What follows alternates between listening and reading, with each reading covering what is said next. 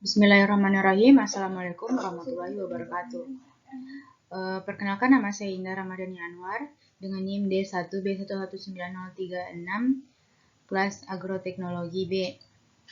Adanya video ini untuk memenuhi tugas mandiri 1 pada mata kuliah Teknologi Produksi Tanaman pada lahan suboptimal. Materi yang akan dibahas saat ini yaitu lahan suboptimal. Sebelum memulai apa itu pengertian lahan suboptimal, ada baiknya kita mengetahui pengertian dari lahan itu sendiri. Lahan adalah luas tanah yang bisa dimanfaatkan untuk keperluan manusia. Suboptimal adalah awalan yang menunjukkan bahwa tanah menghambat pertumbuhan tanaman karena jumlah air, cahaya, atau nutrisi di bawah optimal. Lahan suboptimal adalah lahan yang produktivitasnya kurang maksimal yang disebabkan oleh dua faktor, yaitu faktor eksternal dan faktor internal. Faktor eksternal yaitu faktor cahaya dan faktor suhu yang ekstrim. Faktor internal yaitu bahan induk, sifat fisika, kimia, dan biologi. Selanjutnya yaitu lahan. Lahan terbagi menjadi dua, lahan kering dan lahan basah. Lahan kering terbagi menjadi dua lagi, lahan kering iklim kering dan lahan kering masam. Lahan kering iklim kering yaitu yang tidak pernah tergenang oleh air tawar atau bahkan kekurangan air. Rendahnya keberadaan air di lahan kering disebabkan oleh curah hujan yang rendah dan penguapan yang tinggi. Yang kedua yaitu lahan kering masam.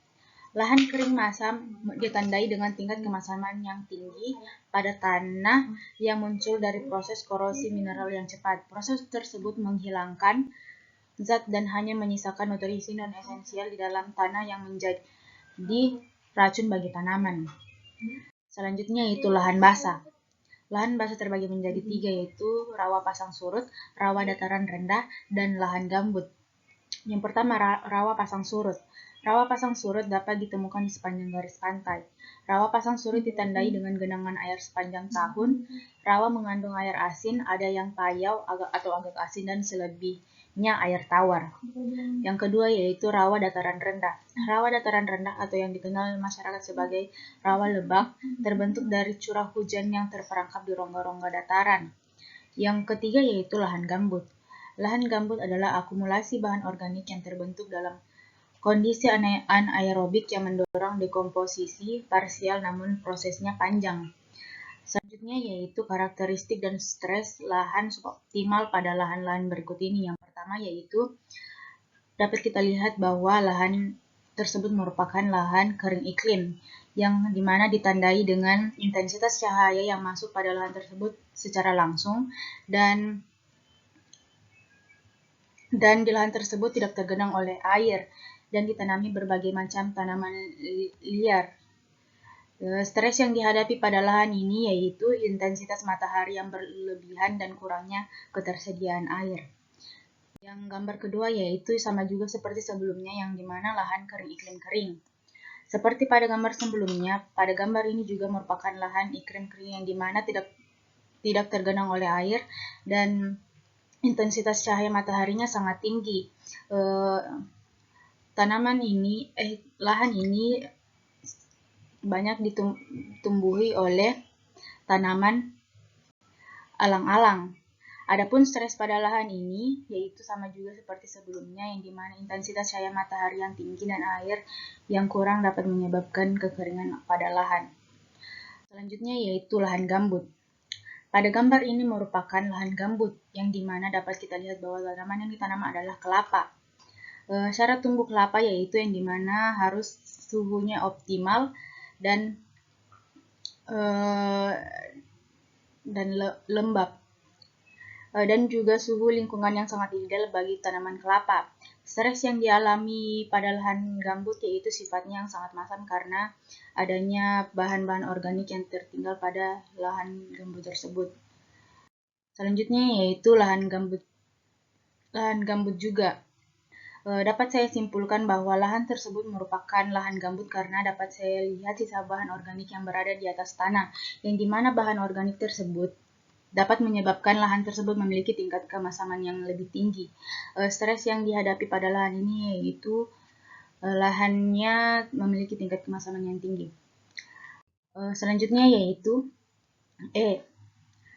lahan gambut. Sama seperti gambar sebelumnya, banyak tersimpan bahan-bahan organik yang sehingga dapat menyebabkan lahan tersebut memiliki tingkat kemasaman yang tinggi dan tanahnya berwarna hitam kecoklatan. Selanjutnya yaitu lahan kering, iklim kering. Dapat dilihat pada gambar bahwa intensitas cahaya pada lahan tersebut tinggi dan tanahnya yang kering kurang menahan air dengan baik. Selanjutnya yaitu lahan pasang surut. Lahan pasang surut adalah dapat ditemukan di sepanjang garis pantai. Rawa pasang surut ditandai dengan genangan air sepanjang tahun. Dapat dilihat bahwa pada gambar tersebut merupakan genangan yang dapat kita ketahui seperti genangan pada air atau sungai. Dan selebih stres yang dialami yaitu kurangnya unsur hara yang dikarenakan air laut tidak bagus bagi lahan yang akan ditanami oleh tanaman dan juga tingginya intensitas cahaya matahari yang menyebabkan lahan cepat kering.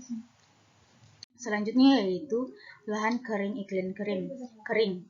Pada gambar tersebut bahwa letak lahan dekat dengan rumah warga dan dapat saya lihat bahwa lahan tersebut tidak pernah terendam oleh air dan tingginya intensitas cahaya sehingga menyebabkan lahan tersebut kurang dalam menjalani produktivitasnya.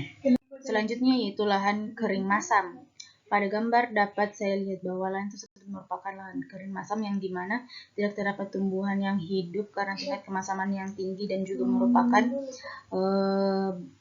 merupakan bekas dari tambang. Baiklah, itulah tadi hasil dari tugas saya. Jika ada kekurangan dan kelebihan mohon dimaafkan. Wabillahi taufiq wal hidayah. Wassalamualaikum warahmatullahi wabarakatuh.